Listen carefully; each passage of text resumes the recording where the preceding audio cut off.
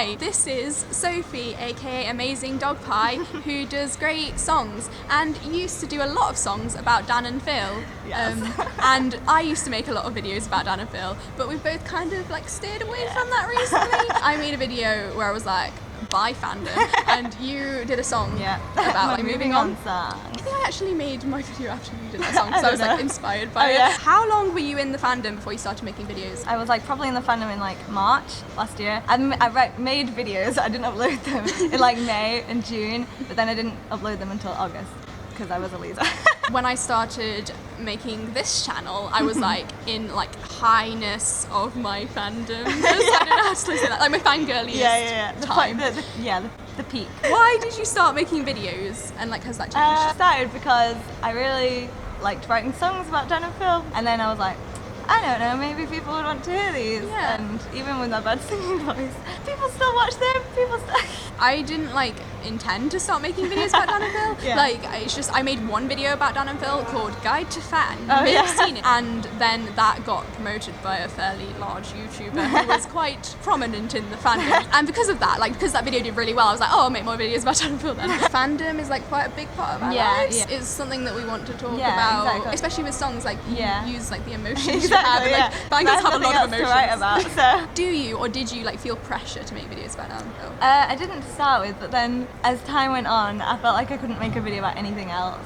It was like, everyone wants this song. I mean, it's not a bad thing because I enjoyed writing them, but it was just a bit scary sometimes. I feel like because you obviously like made a lot of songs about Dan and Phil. That like meant that's like what brought people to your channel. Yeah, exactly. So like I felt that's like what people signed up for. That's what I was like worried about because I never like solely made videos about Dan and Phil, but I made a lot of them, and my most popular videos were about Dan and Phil. Yeah. So like that's why people came to my channel. Yeah. Which is why I was like a bit worried. Hesitant about doing anything different. And I always got more views that were about Dan and Phil. And like obviously you shouldn't be too influenced by views, but it does have a big impact on like, because that's like you want to make things that your audience likes. Yeah, exactly. Like there's nothing wrong with that. Yeah. But then if that's not what you want to make, then exactly, it's like Did you lose subscribers or have a negative reaction to the video where you were like, lol, not a Phandom bean anymore? Which is what I wrote. I didn't on the first video, but then I don't think a lot of people got it.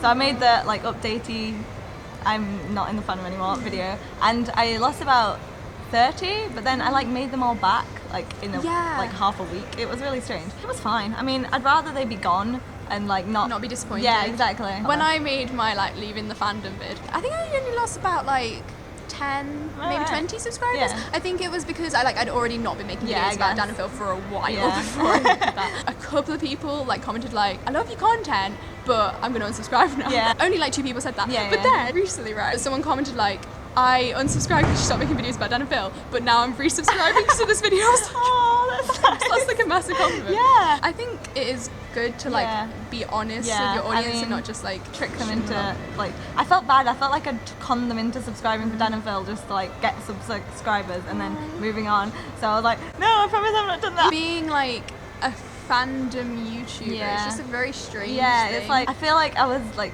it literally was just getting stuff from what two other people had done. I was literally writing songs about what 2 people had done in their daily lives. It was a bit weird. I felt a bit like I was conning people. In my peak where it was like December, like my really fandom phase, I was like, I don't want to ever write songs about anything else ever. But then like by February I was like, no, I'm bored of Dan and Phil. Do you actually still watch their videos? I do, but like the first time they uploaded a Dill video, I think it was, and I was like decided I wasn't in the fandom anymore. I lasted like 24 hours while I was watching it, and then I watched the first 10 minutes, got bored. I was like, But I do watch them like now and again, like when I'm in the mood. I still watch like the videos they make on their channel. I still love them. Like I still really enjoy their content. I just don't like feel the need to talk about it all the time. Oh my god, I've made so many people angry at me just banging on about Dan and Phil. And now they're like, oh, you like K-pop, shut up. And I'm like, okay, great. Because I never really meant to like just like Dan and Phil. Like I always liked other things, but like that was always my big thing. Now that I've kind of been like, okay, Dan and Phil, I still like them, but like they're not my big thing anymore. I've like other things, and it makes me really happy. Though I'm a bit too obsessed with Dodie at the moment, so maybe need to chill that one. It's hard to be not obsessed with Dodie. Yeah, I mean everyone here is just like Dodie trash. Like the amount of shisha. Yeah, oh my god, it's ridiculous. She deserves it. She's brilliant. I do love the fandom. I just don't feel like I fit in there. No, exactly. Like somebody messaged me on Tumblr asking me to make a song, but I can't even remember what it was. But it was like was that a thing that happened? Was that something that happened in the fandom? Because I wasn't there to see that. I don't know any of the memes, like any memes, like at all. But like Dan and Phil memes, I used to be on top of them, like the Jafan, the Hey Buddy You in London. Like I was on that. If someone asked me to make like a guide to fan too, I wouldn't be able to. I don't know what's going on in their lives. I do still have them on tweet notifications. I did love the Dan diss track. Thing. I was like, sign me back up. There was a point yesterday, I can't remember what happened, but I think it's just seeing like everyone with like fun backpacks and stuff, and I'm just like, I want to be part of that again, but I also don't. So go subscribe to Sophie and AmazingDogpie on yeah, that was going to say subscribe to you, we hadn't finished. Yeah, go subscribe to AmazingDogpie, Sophie, for great songs. You can watch the ones about Dan and Phil if you want, but there are a lot of new ones. Some about K-pop, because that's what she's into now. Yeah, I'm that person. Also, subscribe to Emma if you haven't, because she's really, really great. Bye, see you soon. Bye. You don't know anything, but you talk and listen.